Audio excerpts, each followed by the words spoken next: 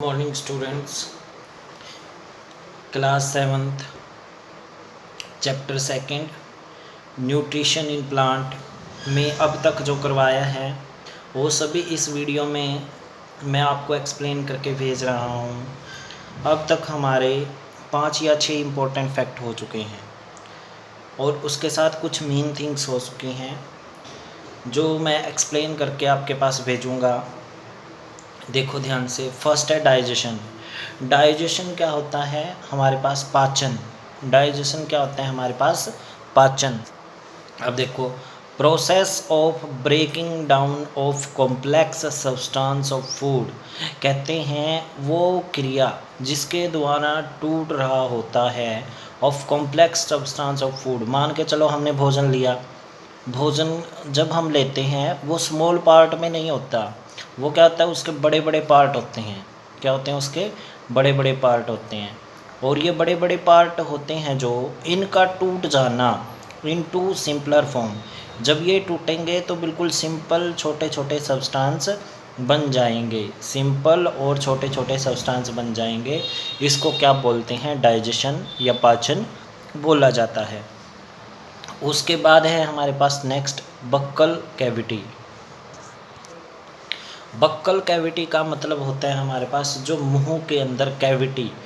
Cavity मतलब गुहिया। गुहिया मतलब हमारे अंदर जो गुद्दा होता है, वो मुंह के अंदर जो हमारा गुद्दा होता है उसको बोलते हैं बक्कल कैविटी।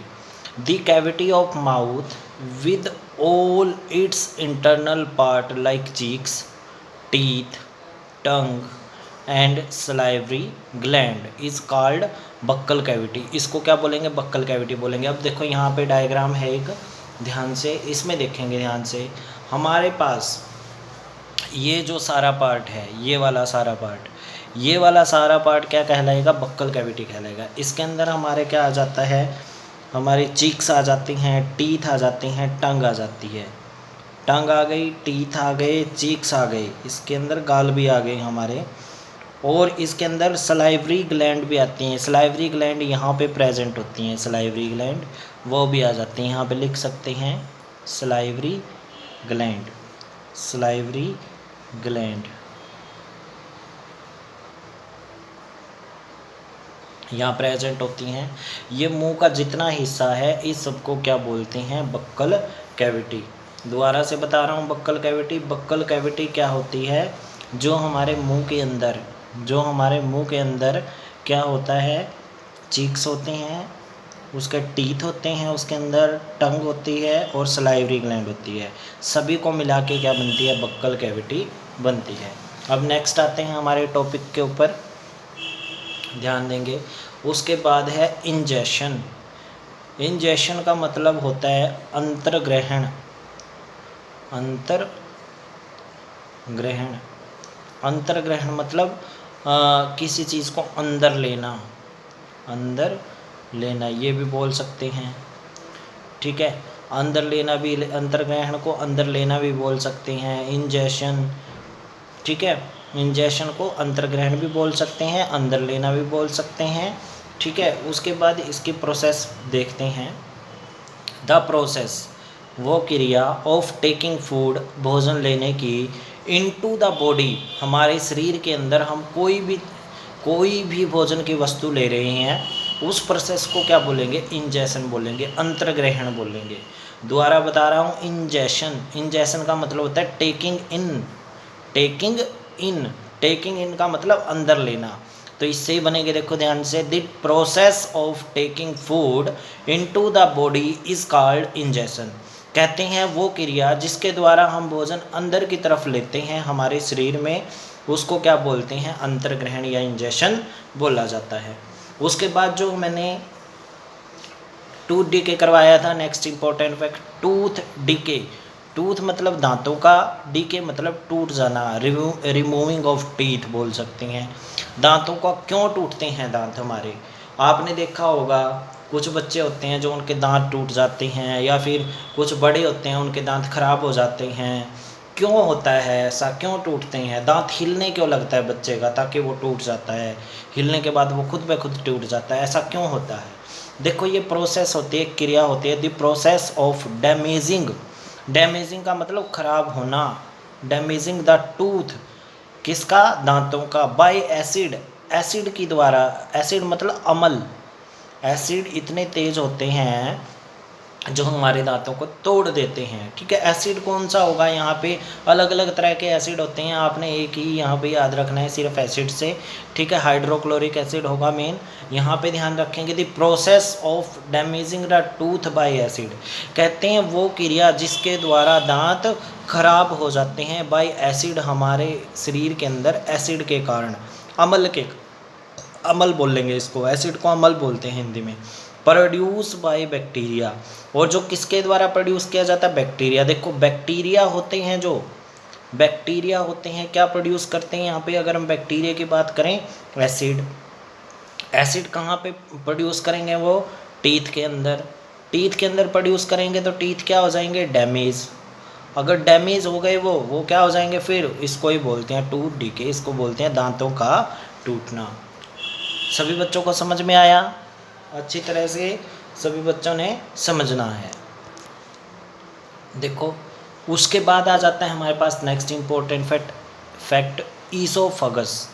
ईसोफगस का मतलब होता है जो हमारी नलिका होती है, जो भोजन को अंदर की तरफ लेके जाती है, उसको बोलते हैं। देखो अब डायग्राम दिखा रहा हूँ यहाँ पे, ईसोफगस आपको देखने को मिलेगी। ये देखो डायग्राम है हमारा, यहाँ पे जो ये मुंह से लेकर नीचे हमारे स्टमक से जो पाइप मिलती है, देखो ये यहाँ पे हमारा क्या है, स्टमक है ये वाला पिंक कलर में, और यहाँ पे हमारा क्या है, माउथ है। इन दोनों को आपस में जोड़ती है, जो उसको क्या बोलते हैं, ईसोफगस। ध्यान रखना यहाँ पे ओ साइलेंट रहेगा, इसको बोलते हैं ईसोफगस।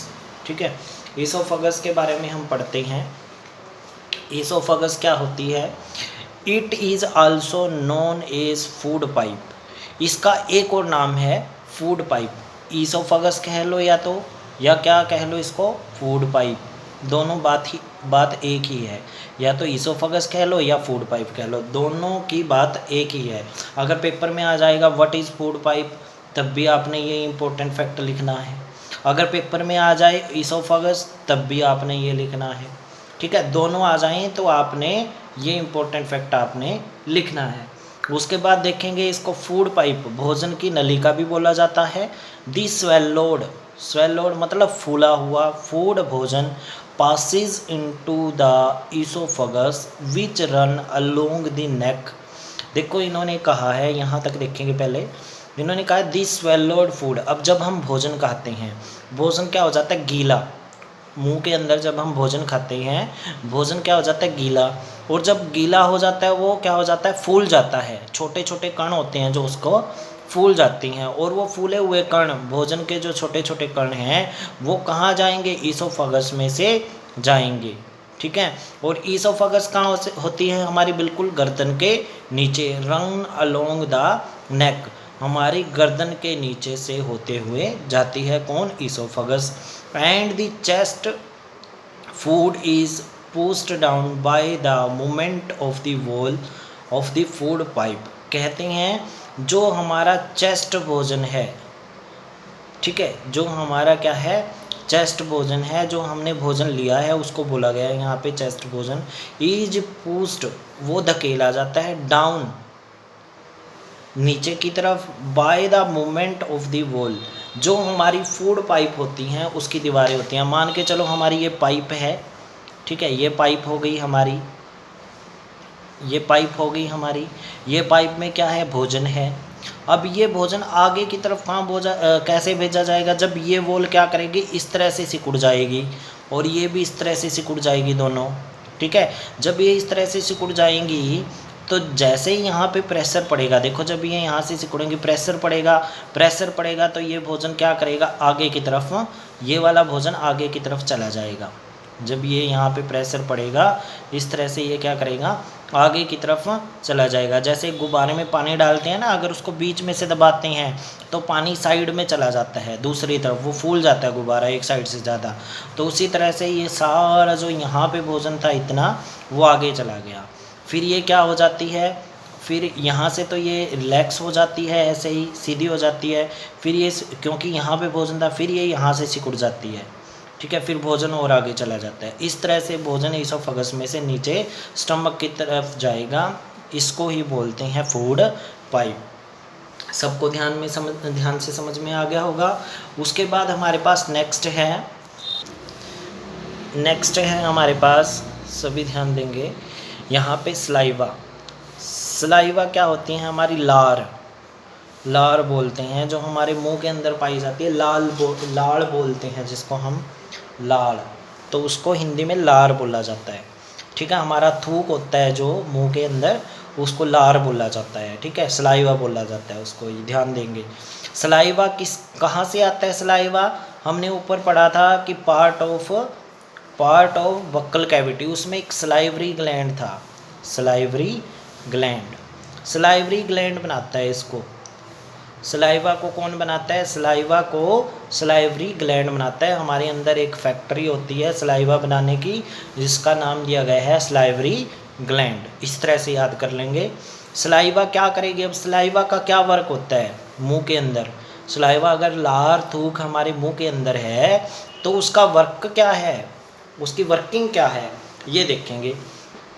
It is created by salivary gland. देखो इन्होंने कह भी दिया, सलाइवा किसके द्वारा पैदा की जाती है? सलाइवरी क्रिएटेड का मतलब होता है बनना या पैदा होना। ठीक है, पैदा होना कह सकते हैं। ये किसके द्वारा बनती है? सलाइवरी ग्लैंड के द्वारा। Present in the human mouth, और सभी के मुंह में प्रेजेंट होती है, ये सबके मुंह में प्रेजेंट होती है। सलाइवा कंटेन एन एंजाइम, इसके अंदर ऐसे एंजाइम होते हैं।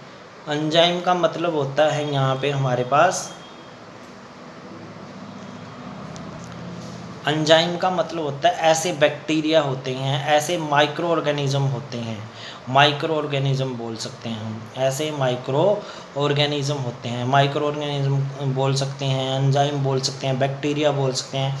Which break down the starch, जो स्टार्च को तोड़ेंगे इनटू शुगर, स्टार्च को शुगर में तोड़ देते हैं। स्टार्च को शुगर में तोड़ने का मतलब क्या है? मान के चलो हमारे पास ये स्टार्च है, ये थोड़ा सा बड़ा सब्सटेंस है, इसको छोटे 2 टुकड़ों में तोड़ देना, इसको छोटे 2 टुकड़ों में तोड़ देना, यानी स्टार्च हमारा ये हो गया। ये दोनों किसके हो जाएंगे हमारे पास?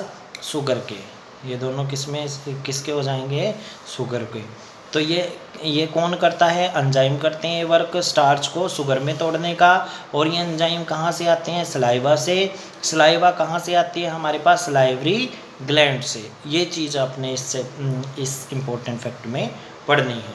ठीक है, I hope you get learn it. Next we proceed now. उसके बाद है हमारे पास मेन थिंग्स में क्या करेंगे हम देखेंगे। Things and object, type of teeth, किस किस तरह के दांत होते हैं? Incisor, canine, molar, premolar.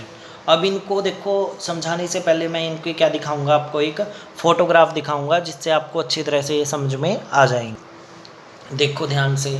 अब हमारे पास क्या है? ये हमारा मुंह है और ये हमारा जबड़ा है। ठीक है, ये हमारे पास क्या है? मुंह है, मुंह में टीथ दिखाई गई हैं। टीथ कितने होते हैं? 32 होते हैं टोटल। अब यहाँ देखो, यहाँ पे जो इंसीजर होते हैं जो काटने का काम करते हैं, ठीक है, वो कौन से होते हैं? हमारे आगे वाले दांत होते हैं, ये वाले। कितने होते हैं अगर हम इनको देखें? 1 2 3 4 ऊपर होते हैं और 4 ही कहाँ होते हैं हमारे पास? नीचे होते हैं। ये 4 ही ऊपर होते हैं और 4 ही क्या होते हैं? नीचे होते हैं। ठीक है, उसके बाद आ जाते हैं हमारे पास नेक्स्ट आ जाते हैं हमारे पास कैनाइन। कैनाइन क्या होते हैं? इनसे थोड़े से छोटे होते हैं।